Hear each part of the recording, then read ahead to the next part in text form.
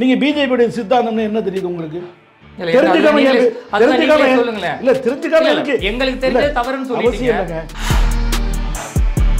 எனக்கு கேள்வி மட்டுமே கேட்க தெரியும், பதில் தெரியாது. மதம் சார்ந்துதான் உங்களோட பெரிய சித்தாந்தமா இருக்கு. மதத்தை வச்சு பேசுறது பாரதிய ஜனதா கட்சியுடைய இல்ல அதுதான் அடிப்படையான கொள்கை என்று நீங்க எதை புரிஞ்சிருக்கீங்க சொல்லுங்க. அது நிறைய உறுப்பினர்கள் அடிமட்ட தொண்டர்கள்லாம் இன்னும் அந்த அண்ணாமலையை மட்டும்தானே ஒரு இதாக நினைச்சிட்டு இருக்காங்க. கைத்தட்டல்கள் பல வகை, அதில் நீங்கள் எந்த வகையை சொல்றீங்கன்னு எனக்கு புரியலை. இது வந்து நயினார் நாகேந்திரனுக்கும் அண்ணாமலைக்கும் உள்ள ஒரு கருத்து வேறுபாடு கூட காரணமாக இருக்கணும் எல்லா ஊடகங்களையும் பேசி. அண்ணாமலைஜி மாதிரியே நயினார் இருக்க வேண்டும் என்று சொன்னால் அது அறிவியல் ரீதியாக குளோனிங் படைப்பாகத்தான் இருக்கும். எடப்பாடி அவர்களோட அழுத்தத்தால தான் அண்ணாமலையை வந்து எடுத்தாங்க அப்படிங்கிற ஒரு கருத்து முற்றிலும் தவறான தகவல். இப்போ 50 சீட்டு பாஜக நிற்கும், அதிமுகவுக்கு நாங்கள் பார்த்து கொடுக்கறது தான் அப்படிங்கிற மாதிரிலாம் பேச்சு அடிபடுது. 100 விழுக்காடு கணவனை மனைவியும் மனைவியை கணவனும் புரிந்து கொண்டார் என்று சொன்னால் இது மாதிரி அறிவியலுக்கு எதிரான கருத்து எதுவும் இல்லை. அப்படியெல்லாம் பாஜகவும் அதிமுகவும் கணவன் மனைவிங்கிறீங்களா? பாஜக வந்து அதிக சீட்டுகள் எல்லாம் வெற்றி பெற்றுச்சுன்னா முதலமைச்சர் வேட்பாளர் அடுத்த முதல்வரை பற்றி கவலை கோபாலபுரத்தில் இருக்கலாம், அடுத்த முதல்வரை பற்றி கவலை வேற இடங்களில் இருக்கலாம். கமலாலயத்தில்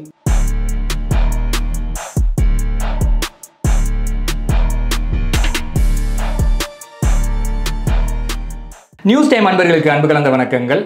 நம்மோடு பாரதிய ஜனதா கட்சியினுடைய தேசிய பொதுக்குழு உறுப்பினர் திரு புரட்சி கவிதாசன் அவங்க இணைஞ்சிருக்காங்க. சார் வணக்கம். ரொம்ப மகிழ்ச்சி இந்த தருணத்தில் உங்களை சந்திக்கிறதுல. கட்சியில் நிறைய மாற்றங்கள்லாம் நடந்திருக்கு. புதிய தலைமை திரு நயினார் நாகேந்திரன் தலைமையில் இப்போ நீங்கள்லாம் செயல்பட்டுக்கிட்டு இருக்கீங்க. எப்படி இருக்குது இந்த புதிய தலைமை? மாற்றம் ஒன்றே மாறாதது அப்படின்னு சொல்லுவாங்க. அந்த அடிப்படையில் பாரதிய ஜனதா கட்சி ஒரு சட்டப்படியான கோட்பாட்டின்படியான சித்தாந்தப்படியான அமைப்பு. இங்கே குடும்ப அரசியலுக்கு வேலை இல்லை, வாரிசு அரசியலுக்கு வேலை இல்லை. அந்த அடிப்படையில் யாரும் ஆதிக்கம் பண்ண முடியாது. இது ஜமீன்தார்கள் கட்சி அல்ல, மன்னர்களின் கட்சி அல்ல, ஒரு சரியான ஜனநாயகம் நிறைந்த ஒரு கட்சி. அந்த அடிப்படையில் மாற்றம் கொண்டு வரப்பட்டிருக்கிறது. யாராக இருந்தாலும் மாறும் என்கிற சொல்லை தவிர அனைத்தும் மாறும் என்கிற கோட்பாட்டிற்கு உரித்தபடி இந்த மாற்றம் நிகழ்ந்திருக்கிறது. பொதுவாக பாரதிய ஜனதா கட்சி ஒரு சீருடை அணியாத இராணுவம் என்று நாங்கள் பெருமையாக பேசுவோம். அந்த அடிப்படையில் ஒபேத ஆர்டர் என்பது இராணுவத்தில் இருக்கிற கட்டுக்கோப்பு. மேலதிகாரியுடைய உத்தரவுக்கு அவர் என்ன சொல்கிறாரோ அதை அப்படியே செய்பவன் ஒரு இராணுவ வீரனுடைய கடமை. அந்த அடிப்படையில் எங்களுடைய இராணுவ தலைமை, பிஜேபியினுடைய தேசிய தலைமை நயினார் நாகேந்திரன் தலைமை என்று சொன்னால் அதை ஏற்று பணி செய்வது எங்களுடைய கடமை. அதுபோல் நயினாருக்கு பதிலாக வேறு யாரை நியமித்தாலும் அதை ஏற்று செயல்படுவது தான் தாமரை தொண்டனுக்கு, பாஜக தொண்டனுக்கு, இந்த கட்சியினுடைய ஒவ்வொரு அடிப்படை உறுப்பினருக்கும் உரித்தான பணி. இல்லை, இப்படி நீங்கள் சொல்கிறீங்க இது வந்து இராணுவ கட்டுப்பாடான கட்சி, இதுபடி தான் எல்லோரும் நடப்போம் அப்படின்னு சொல்கிறீங்க. அப்படி இருக்கும் பட்சத்தில் நிறைய உறுப்பினர்கள் அடிமட்ட தொண்டர்கள்லாம் இன்னும் அந்த அண்ணாமலையை மட்டும்தானே ஒரு இதாக நினச்சிட்டு இருக்காங்க. சினிமாவை பார்க்கும்போது கதாநாயகர்களுக்கு சில பேர் கைத்தட்டுவாங்க, சரி, காமெடியன்களுக்கு சில பேர் கைத்தட்டுவாங்க, கதாநாயகிகளுக்கு சில பேர் கைத்தட்டுவாங்க, அதுபோல் குணச்சித்திர கதாபாத்திரங்களுக்கு கைத்தட்டுவாங்க. அதனால் இது கைத்தட்டல்கள் பல வகை. அதில் நீங்கள் எந்த வகையை சொல்கிறீங்கன்னு எனக்கு புரியலை. இல்லை, இப்போ உங்களோட தொண்டர்களே பார்த்தீங்கன்னா, இப்போ அமித்ஷா வந்தபோது இந்த மதுரை கூட்டத்தில் கூட பார்த்தீங்கன்னா யாருக்குமே இல்லாத ஒரு ஆர்ப்பரிப்பு வந்து அண்ணாமலைக்கு தான் இருக்குது. இது வந்து நயினார் நாகேந்திரனுக்கும் அண்ணாமலைக்கும் உள்ள ஒரு கருத்து வேறுபாடு கூட காரணமாக இருக்கணும் எல்லா ஊடகங்களையும் பேசிக்கலாம். தயவு செய்து தலைமை மாறுபாடு என்பது வேறு, கருத்து மாறுபாடு என்பது வேறு. ஒரு புத்தம் புதிய பேருந்தை ஒரு இயக்குனர் இயக்குவதற்கும் மற்றொரு இயக்குனர் இயக்குவதற்கும் மலைக்கும் அடுவுக்குமான வித்தியாசம் இருக்கிறது. தனிப்பட்ட அறிவு, தனிப்பட்ட அனுபவம், திறமை, தகுதி இத்தனையும் இருக்குது. அதோட டிபெண்ட் பண்ணி போகணும். அதனால் ஒருத்தர் மாதிரியே ஒருத்தர் இயங்கினால் அதற்கு பேர் ஜனநாயகமே கிடையாது. காமராஜர் ஆட்சி கொண்டு வருவோம் என்று சொல்லலாமே ஒழிய காமராஜரை கொண்டு வர முடியாது. நல்லா போயிட்டு இருக்க கட்சி, அதாவது பாஜகவுக்கு ஒரு அறிமுகமே இல்லாம இருந்ததை ஒரு தூக்கி நிறுத்துறாரு அண்ணாமலை. அதை விட்டுட்டு இன்னொருத்தருக்கு மாத்துறதுங்கிறது வந்து இதுல அரசியல் பூராம இருக்குன்னு சொல்லி முதல்ல இந்த நல்லா போன கட்சி டல்லா போற கட்சி அப்படி இந்த ரைமிங்கா டைமிங்கா பேசுறத உங்களை மாதிரியான எழுத்தாளர்கள், பேச்சாளர்கள், வலைதளத்தில் இருக்கிறவங்க, ஊடகவியலாளர்கள் தவிர்த்து கொள்ளுங்க. இது ஒரு வன்முறை, ஒரு தலைமைக்கு எதிராக ஒவ்வொருத்தருக்கு. சார் நீங்க அதாவது உங்க கட்சியை டெவலப் பண்ணணும் நீங்க தான் ஆசைப்படுறீங்க. இதுக்கு முன்னால இருந்த தலைவர்களால கொண்டு வர முடியாத அளவுக்கு கொண்டு வந்திருக்காங்க. நீங்க சொல்றதை பார்த்தா ஏதோ பாஜக வந்து திமுக அதிமுக இருக்கிற கோஷ்டி பூசல் மாதிரி இருக்குன்னு நினைக்கிறேன். பாஜக கோஷ்டி பூசலே இல்லைங்கிறீங்களா? கோஷ்டியே கிடையாதுங்க. ஒரே கொள்கையின் கீழே வேலை செய்கிற ஊழியர்களுங்க. கொள்கை வேறுபாடு இருந்தால் தானே. நீங்கள் அதிமுகவில் கோஷ்டி பூசல் இருக்கலாம், திமுகவில் கோஷ்டி பூசல் இருக்கலாம், காங்கிரஸில் கோஷ்டி பூசல் இருக்கலாம், கம்யூனிஸ்டில் கூட இருக்கலாம். இல்லை இல்லை, தனிநபர்களை டிபெண்ட் பண்ணி பண்ணுகிறது தான் கோஷ்டி பூசல். அந்த கோஷ்டி இந்த கோஷ்டி, எக்ஸ் கோஷ்டி, ஒய் கோஷ்டின்னு சொல்லலாம்.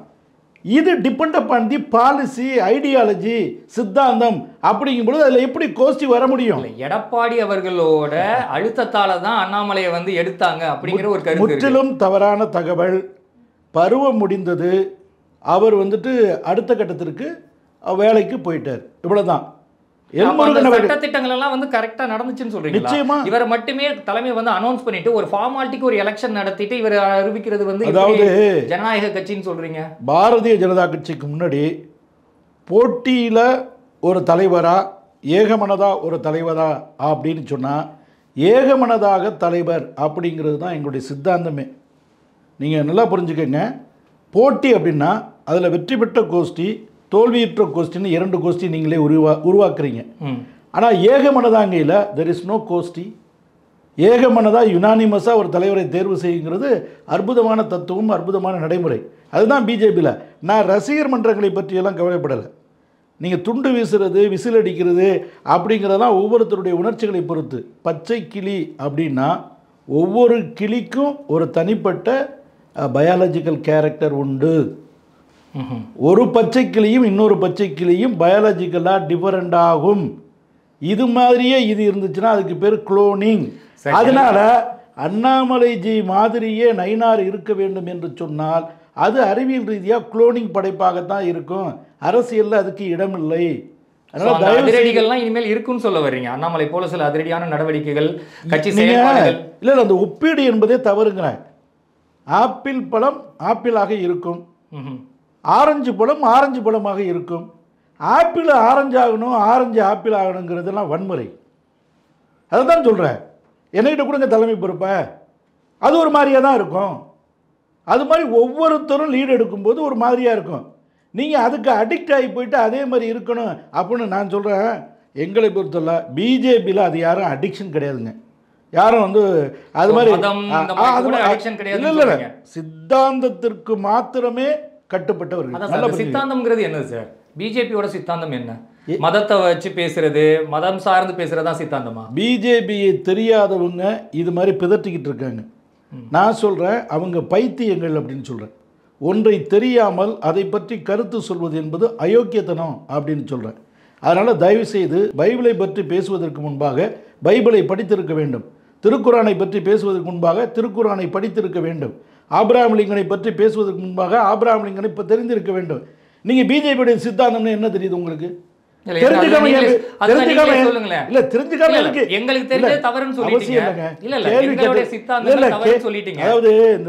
திருவிளையாடல் புராணத்துல அந்த மாதிரி எல்லாம் கதை எனக்கு கேள்வி மட்டுமே கேட்க தெரியும், பதில் தெரியாது. மதம் சார்ந்துதான் உங்களோட பெரிய சித்தாந்தமா இருக்கு. மதத்தை வச்சு பேசுறது பாரதிய ஜனதா கட்சியுடைய இல்ல, அதுதான் அடிப்படையான கொள்கை என்று நீங்க எதை புரிஞ்சிருக்கீங்க சொல்லுங்க. அது அதான் மதம் சார்ந்தா நீங்க அரசியல் பண்ணிட்டு யார் சொன்னா? எங்க பைலா வேடுங்க. இல்ல இல்ல சார், நீங்க இல்லங்க, ஆரம்பிச்சது வேற. நீங்க ஒரு கம்யூனிஸ்ட் கட்சியை பார்த்து நீங்க நிலப்பிரபுத்துவ கட்சி அப்படின்னு சொன்னா அவன் ரத்தம் குதிக்குமா குதிக்காதா? இப்போ பிஜேபியை பார்த்து மதச்சார்புள்ள கட்சின்னு சொல்லும்போது ஒரு அச்சு அசலான பிஜேபிக்காரர் நான் ஆத்திரப்படுறேங்க. இது எனக்கு எதிராக சுமத்தப்படுகிற வன்முறை, அப்ப மதம் அவதூறுங்கிற. இல்ல மதம் சார்ந்த இப்ப நீங்க அரசியலே பண்ணலன்னு சொல்றீங்களா? தயவு செய்து பிஜேபியுடைய அடிப்படை சித்தாந்தம் என்பதை புரிந்து கொள்ளாமல் பிஜேபியை பற்றி அவதூறு பண்ணுவது, வண்ணம் தீட்டுவது அப்படிங்கறத விடுங்க. கேளுங்க. பாரதிய ஜனதா கட்சியுடைய அடிப்படையான சித்தாந்தம் ஏகாத்ம மானவ தர்சன். இது வட சொல்லாக இருக்கலாம், உங்களுக்கு புரியாமல் இருக்கலாம். எல்லாரும் ஒன்று, ஒன்றே குலம் ஒருவனே தேவன் அப்படின்னு நாங்கள் பாருங்க. அதுதான் ஏக ஆத்மா அப்படிங்கிறது. ஜீவாத்மா பரமாத்மா இரண்டும் ஒரு ஆத்மா தான். அது ஏகாத்மா, ஏகன் அநேகன், இறைவனடி வாழ்க அப்படின்னு சொல்லுவாங்க. அது மாதிரி நாம் அனைவரும் ஒன்றுங்கையில் அப்புறம் எஸ்சி எங்கே வரும், பிசி எங்கே வரும், நின்னுங்க. முஸ்லீம் எங்கே வரும், கிறிஸ்டின் எங்கே வரும், வடநாட்டான் எங்கே வரும், இந்திக்காரன் எங்கே வரும், தமிழன் எங்கே வரும், தெலுங்கு வரும். அனைவரும் ஒன்று அப்படின்னா பரம்பொருளுடைய பகுதியாக நாம் இருக்கிறோம் அப்படிங்கிற அந்த அத்வைத கோட்பாட்டை பிரதிபலிப்பது தான் ஏகாத்ம மானவ தர்சன். இது பண்டிட் தீன்தயாள் உபாத்யாயா 3 நாள் இதை பற்றி லெக்சர் கொடுத்து மிகப்பெரிய பிரதிநிதிகள் மாநாட்டில் பாஜக 1965 அறிமுகப்படுத்தப்பட்ட மாபெரும் சித்தாந்தம் இந்த ஏகாத்ம மானவ தர்சன். அது ஏகாத்ம மானவவாதம்னு சொல்லுவாங்க. இதை மட்டுமே நாட்கணக்கில் எங்களால் பேச முடியும். அந்தியோத்தியான்னு அடுத்த வார்த்தை இருக்கு. அந்தியோத்தியான்னா கடைசி மனிதனுக்கும் கடைத்தேற்றம். நீங்க உறுப்பினர் கார்டு பார்த்திருக்கீங்களா? பிஜேபி உறுப்பினர் கார்டு இல்ல, நான் பிஜேபி கிடையாது சார். சார் உறுப்பினர் கார்டு பார்த்திருக்கிறேன். பிஜேபி உறுப்பினர் கார்டு தயவு செய்து வாங்கி பின்னாடி பாருங்க. அதுல இந்த 5 அம்சம், குறைந்தபட்சம் இந்த 5 அம்ச கொள்கை அதில் இருக்கும். அதில் அந்தியோத்தியா அப்படின்னா கடைசி மனிதனுக்கும் கடைத்தேற்றம். நீங்கள் சொல்கிறீங்க பாருங்கள், விளிம்பு நிலை மக்களுக்கும் வெற்றி, ஒரு கடைசி மனிதனுக்கும் மின்சாரம் வேண்டும், கடைசி மனிதனுக்கும் பேருந்து வேண்டும், கடைசி மனிதனுக்கும் மெட்ரோ ரயில் வேண்டும், கடைசி மனிதனுக்கும் ஆப்பர்ச்சுனிட்டி வேணும், கடைசி மனிதனுக்கும் வேலை வாய்ப்பு வேணும், கடைசி மனிதனுக்கும் கல்வி வாய்ப்பு வேணும், கடைசி மனிதனுக்கு அரசியலில் பங்கு வேணும், கடைசி மனிதனுக்கு இந்த நாட்டில் இருக்கிற அனைத்துலையும் லாப நஷ்டத்துலையும் ஈக்குவல் ரைட்டு வேணும். இதுதான் அந்தியோத்தியா. ரயில் ஓடுது அந்தியோத்தியான்னு, அதெல்லாம் தெரிஞ்சுக்கணும். பாரதிய ஜனதா கட்சி சும்மா ரயில் ஓடலை, அந்தியோத்தியா எக்ஸ்பிரஸ்னு ஓடுது. அந்த அந்தியோத்தியாவுக்கு பின்னாடி இது இருக்குது. அதனால் வந்தே பாரத் அப்படின்னா சும்மா சொல்லலை. வந்தே பாரத் எங்கேயும் வந்துச்சு, உக்ரைன் வாரில் வந்துச்சு, கொரோனா நேரத்தில் வந்துச்சு. கொரோனா வரும்போது வந்தே பாரத் போய் நின்றுச்சு, அங்கேருந்து மீட்டு கொண்டு வந்தது வெளிநாட்டில் படிக்கிற மாணவர்களை. பாகிஸ்தான் மாணவர்களும் இந்திய தேசிய கொடியை பிடித்து இந்தியர்கள் என்று சொல்லி தப்பி வந்து ட்ரீட்மெண்ட் எடுத்து பாகிஸ்தானுக்கு திரும்பிய நிகழ்வுகளும் உண்டு. இவ்வளோ கொள்கை கோட்பாடு உள்ள கட்சி ஒரு இதில் சொல்ல வர்றது என்ன, சீரான மதச்சார்பின்மை அப்படின்னு நாம் இருக்கோம். அதுதான் கேட்குறேன், அதாங்க கேட்குறேன். மக்களால் தேர்ந்தெடுக்கப்பட்ட ஆட்சியாளர்கள் அவருக்கு ஓட்டு போட்டவங்களுக்கும் போடாதவங்களுக்கும் ஈக்குவலாக கடமைப்பட்டிருக்காங்க. உண்டா இல்லைங்களா? அப்படித்தானே? போட்டியிடுவதற்கு முன்புமானால் உங்களுக்கு பிடிக்காதவங்களா இருக்கலாம், வெற்றி பெற்ற பிறகு அனைவருக்குமான முதல்வர், அனைவருக்குமான பிரதமர், அனைவருக்குமான எம்எல்ஏ, அனைவருக்குமான எம்பி, அப்படி தானே இந்திய ஜனா அப்படி தான் சொல்லுது. ஆனால் நான் கிறிஸ்தவருக்கு மட்டும் எம்எல்ஏ, நான் முஸ்லீமுக்கு மட்டும் எம்பி, நான் கிறிஸ்தவர்களுக்கு மட்டும், ஏங்க கோவில்களில் கூட்டம் கூடக்கூடாது அப்படின்னு பெங்களூர் சின்னசாமி மைதானத்தில் நடந்த கவனக்குறைவினால் அரசாங்கம் அங்கே வந்து முறையான பாதுகாப்பு ஏற்பாடுகளை செய்யாதனால ஒரு திட்டமிட்ட படுகொலை மாதிரி அங்கே பல பேர் இறந்து போனாங்க. அதற்கு தார்மீக பொறுப்பேற்க தவறி அந்த அரசாங்கம் இப்போ அதை இதையும் சொல்லிக்கிட்டு இருக்கு. ஆனால் இங்கேருந்து ஒரு மந்திரி குரல் கொடுக்குறாரு, மனோ தங்கராஜ். இப்போ தான் அவர் தண்டனைக்கு போயிட்டு பதவி இழந்து போய் சில மாதங்கள் காத்திருப்பு பட்டியலில் இருந்து மறுபடியும் ரீஎன்ட்ரியாக இருக்கார். வந்த உடனே என்ன வார்த்தை, கோவிலுக்கு கூட்டம் கூடுவதை பகுத்தறிவாதியாக ஏற்றுக்கொண்டு, நீ பகுத்தறிவாதி, நீ ஏற்றுக்காத, நான் ஆத்திகவாதி, நான் 1,00,000 பேர் கூடி தான் மீனாட்சியை வைகையில் ஆற்றில் அழகரை இறங்குறதையும் மீனாட்சி திருக்கல்யாணத்தையும் நான் கொண்டாடக்கூடாதுன்னு சொல்றதுல உங்களுக்கு என்னங்க பிரச்சனை? நீங்க கொண்டாடுங்க சார், கொண்டாடுறதுல தப்பே கிடையாது. நீங்க கொஞ்ச நேரத்துக்கு முன்னால தான் சொன்னீங்க எல்லா மதத்துக்குமான ஒரு கட்சி தான் பாஜக. இல்ல அதனாலதான் அப்படி இருக்கும்போது ஏன் முருகனுக்கு மட்டும் மாநாடு நடத்துறீங்க? நான் என்ன கேட்கிறேன், முருகன் வந்து மத சார்ந்தவர் இல்லையா? நான் கேட்கறது சொல்லுங்க, ரம்ஜானுக்கு மட்டும் ஏன் நீங்க வாழ்த்து சொல்றீங்க சார்? அவங்க செஞ்சா பக்ரீத்துக்கு மட்டும் ஏன் வாழ்த்து சொல்றீங்க? அந்த கட்சிக்காரங்க செய்யற தவறு. பிஜேபியை பொறுத்தவரையில ரம்ஜானுக்கும் வாழ்த்து சொல்லும், பக்ரீத்துக்கும் வாழ்த்து சொல்லும், வாழ்த்து இஃப்தாரும் சொல்றதுக்கும், விருந்து கொடுக்கும். வாழ்த்து எங்க கட்சியில சொல்றதுக்கும். இல்ல எங்க கட்சியில முஸ்லிம்கள் இருக்கிறாங்க, எங்க கட்சியில கிறிஸ்தவர்கள் இருக்காங்க. ஏன் இஸ்லாமியர்களுக்கு ஒரு மாநாடு நடத்த வேண்டியதானே சார்? சார் ஏன் சார் முருகனுக்கு மட்டும் மாநாடு நான் நடத்துறீங்க? கேட்கிறேன், அதாவது இஸ்லாமிய நாடுகள் என்று சொல்லப்படுகிற நாடுகள்ல பகிரங்கமாக தன்னை இஸ்லாமிய நாடு என்று அறிவித்துக் கொண்ட நாடுகளே கூட ட்ரிபிள் தலாக் என்கிற காட்டு மிராண்டி நடைமுறை கிடையாது. ஆனால் இந்தியா போன்ற மாபெரும் ஜனநாயக தேசத்தில் இஸ்லாமிய பெண்கள் ஒரு நிமிடத்தில் 20 வருஷம் உறவாக இருந்தாலும் சரி, 30 வருஷம் உறவாக இருந்தாலும் சரி, 5 பிள்ளை பெற்றிருந்தாலும் சரி, 10 பிள்ளை பெற்றிருந்தாலும் ஐத்தலா கியூ 3 முறை சொன்னால் ஜோடி முடிஞ்சு போச்சு அப்படின்னு கைவிடப்பட்ட கோடிக்கணக்கான இஸ்லாமிய பெண்களுடைய கண்ணீரை துடைத்த கட்சி பாரதிய ஜனதா கட்சி. இந்த கட்சி வேணுங்க, இந்த தைரியம் வேணும். அது நீங்க பண்றீங்க, அதெல்லாம் ஓகே. நான் இல்ல நான் என்ன கேட்குறேங்க, இன்றைக்கு செனாப் ரயில் உலகத்தினுடைய கட்டுமான அதிசயமாக செனாப் நதி சொல்லி பிடிச்சிருங்க, அந்த நதி குறுக்க இந்த வளைவு பாலம் உலகத்தில் எவருமே கட்டல.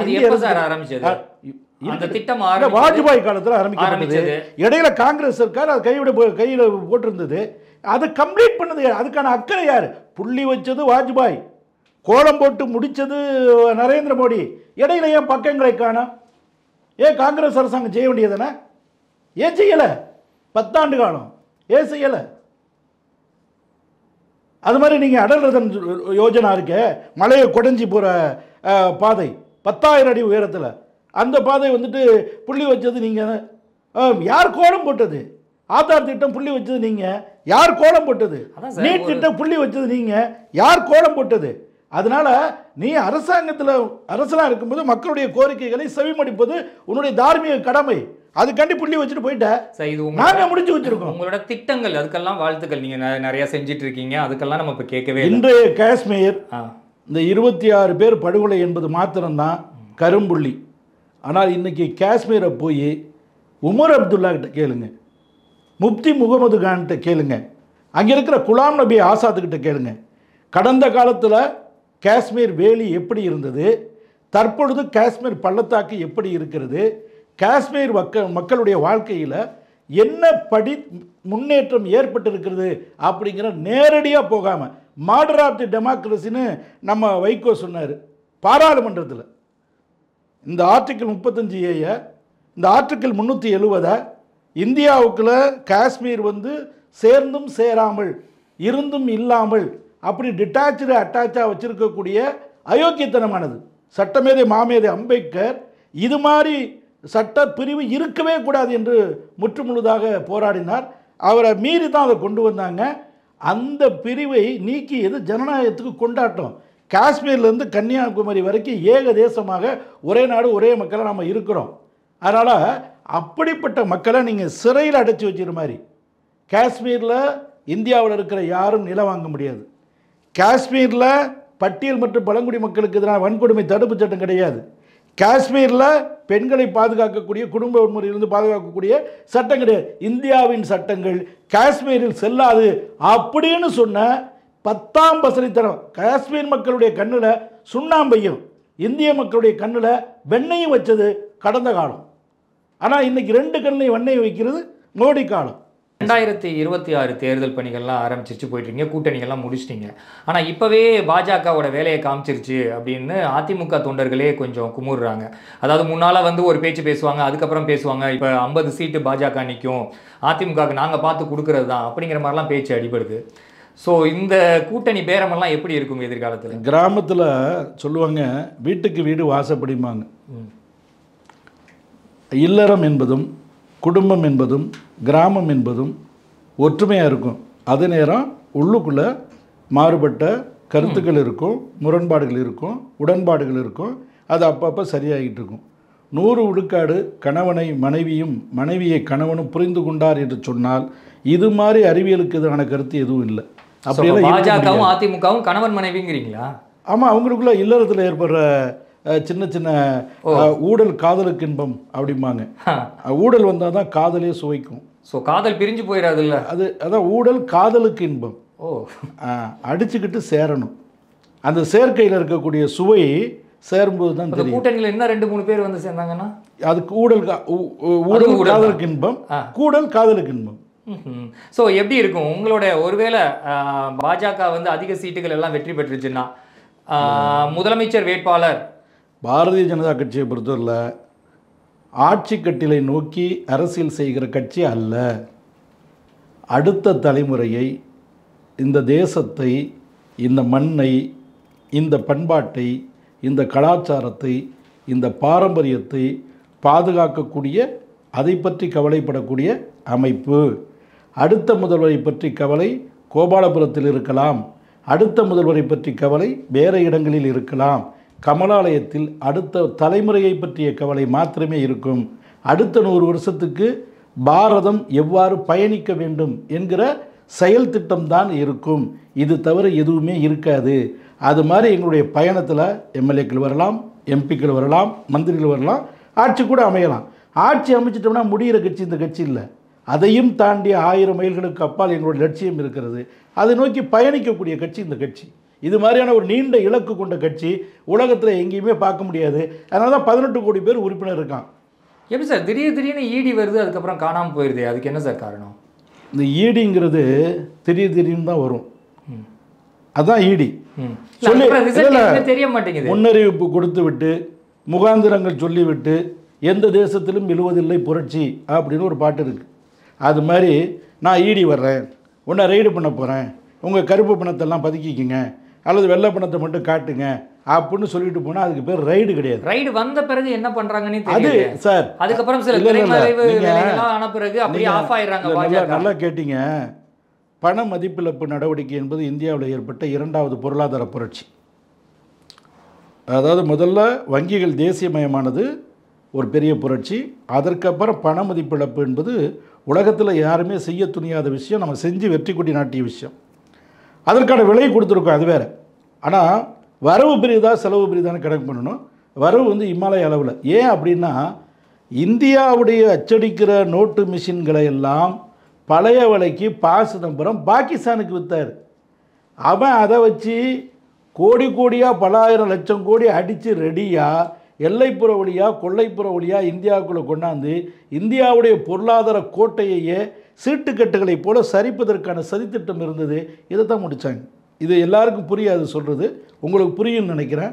அதிலிருந்து காப்பாற்ற ஒரு மாபெரும் பேரழிவு, அணுகுண்டுகளால் அழிந்து விடுவதை விட இது மாதிரி இப்போ செனாப் நதியை நம்ம நிப்பாட்டினதுக்கப்புறம், சிந்து நதி நிப்பாட்டினதுக்கப்புறம் 25 கோடி பாகிஸ்தானியர்கள் பிச்சைக்காரர்களாக இருக்காங்க. இதை நாங்கள் ஏற்றுக்கலை. ஆனால் இது எங்களுக்கு திணிக்கப்பட்டது. இப்படிப்பட்ட ஒரு சூழ்நிலையை இந்தியா எடுக்க வேண்டிய நிர்பந்தம். நதியை நிறுத்தினால் ரத்தம் ஓடுங்கிறது, நதியை நிறுத்தினால் மூச்சு நின்று போயிருங்கிறது. என்ன சினிமா நடத்திக்கிட்டு இருக்கீங்களா? அணு ஆயுத வல்லமை படைத்த பாகிஸ்தானுடைய கண்ணுக்குள்ளே போய் விரலை வச்சு ஆட்டிட்டு, உன்னுடைய அணு ஆயுத கிடங்கு இங்கே தான் இருக்கிறது, இதை உன்னுடைய ரேடார்களை எல்லாம் மண்ணை தூயிட்டு எங்களால் எதையும் செய்ய முடியும்னு உலகத்தில் எந்த வல்லரசு நாடும் செய்யாத இராணுவ சாகசத்தை பாரதம் செய்து காட்டியிருக்கிறது. இன்றைக்கி உலகத்துடைய இராணுவ தொழிற்சாலையாக, நவீன ஆயுதங்களுடைய உற்பத்தி மையமாக இந்தியா மாறி இருக்கிறது. ஆயுதங்களை வெறுக்கிறவன் நான், மானுடம் பாடுகிறவன் நான், போர் இல்லாத உலகத்தை பற்றி நான் வந்து கனவு காண்கிறவன். இந்த பூமி பந்து முழுவதும் அமைதி மாத்திரமே இருக்க வேண்டும் என்று தினமும் இறைவனை இறைஞ்சுகிறவன். ஆனால் நானே வன்முறை திணிக்கப்பட்டால் முல்லை முள்ளால் எடுப்பது என்பது கடமை, அது தவிர்க்க முடியாது. அதுதான் நம்ம எதிர்கொண்டோம். ரொம்ப மகிழ்ச்சி சார், நிறைய தகவல்கள் பகிர்ந்துக்கிறீங்க. நன்றி, வணக்கம். முதல்ல அந்த நியூஸ் டைம் தொலைக்காட்சி உங்களுக்கு என்னுடைய நன்றியை, வாழ்த்தை, வணக்கத்தை பரிபூர்ணமாக பதிவு செய்கிறேன். அந்த விளையும் பயிர் முளையிலே தெரியுமாங்க. இந்த தொலைக்காட்சியை நான் அப்படி பார்க்குறேன். ஒரு புதிய உலகத்தை, ஒரு புதிய உச்சத்தை நீங்கள் உருவாக்குவீர்கள். அந்த வேட்கை இங்கே பணியாற்றக்கூடிய அத்தனை பேர்கிட்டையும் இருக்குது. அந்த வேட்கை வெற்றி பெற என்னுடைய மனமார்ந்த வாழ்த்துக்கள்.